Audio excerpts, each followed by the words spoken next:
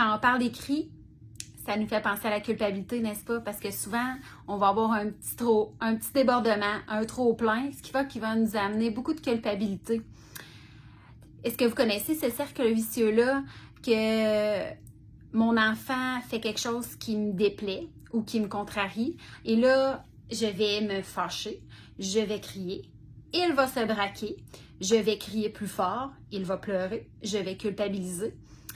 Ensuite, je vais me sentir mal, je vais me sentir poche, je vais me sentir incompétente.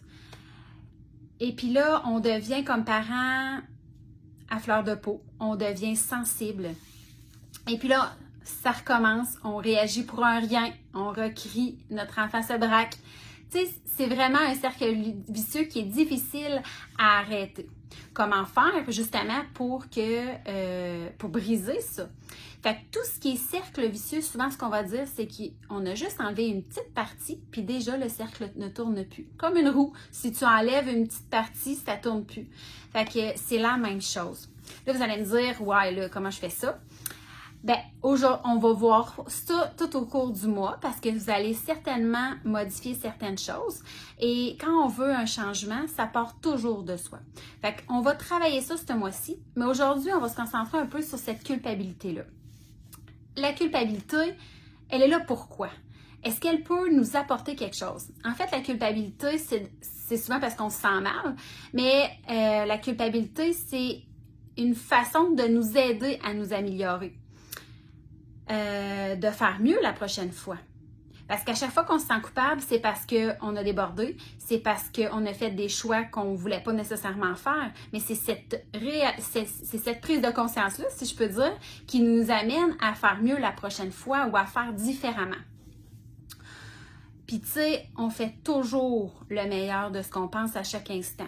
Même quand tu es en train de faire quelque chose puis que tu te dis, ben voyons, j'aurais clairement pu faire mieux, j'ai tellement explosé, ça n'a juste pas de bon sens, ben à ce moment-là, tu as réagi au meilleur de tes connaissances.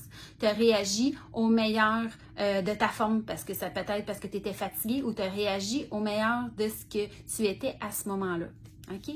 Il faut commencer à se dire que d'accepter ça et de s'envoyer beaucoup d'amour.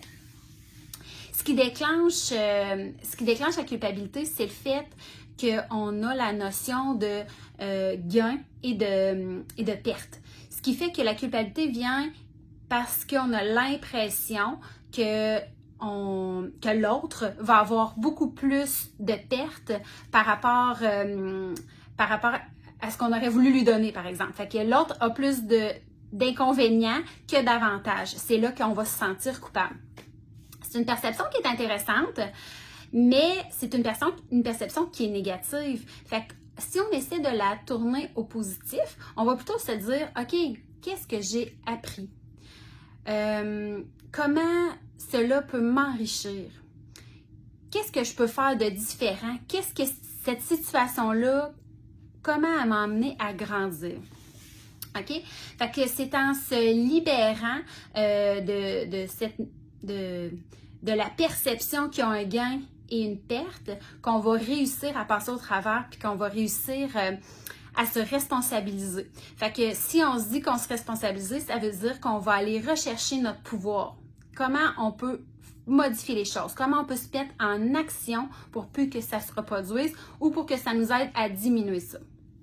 J'espère que j'ai été précise dans ma tête, c'est très clair. J'espère que ça vous a aidé. Si vous avez des questions, gênez-vous pas. Et surtout, pour moins culpabiliser, envoyez-vous beaucoup d'amour. Vous faites toujours le meilleur de ce qui est possible à ce moment-là.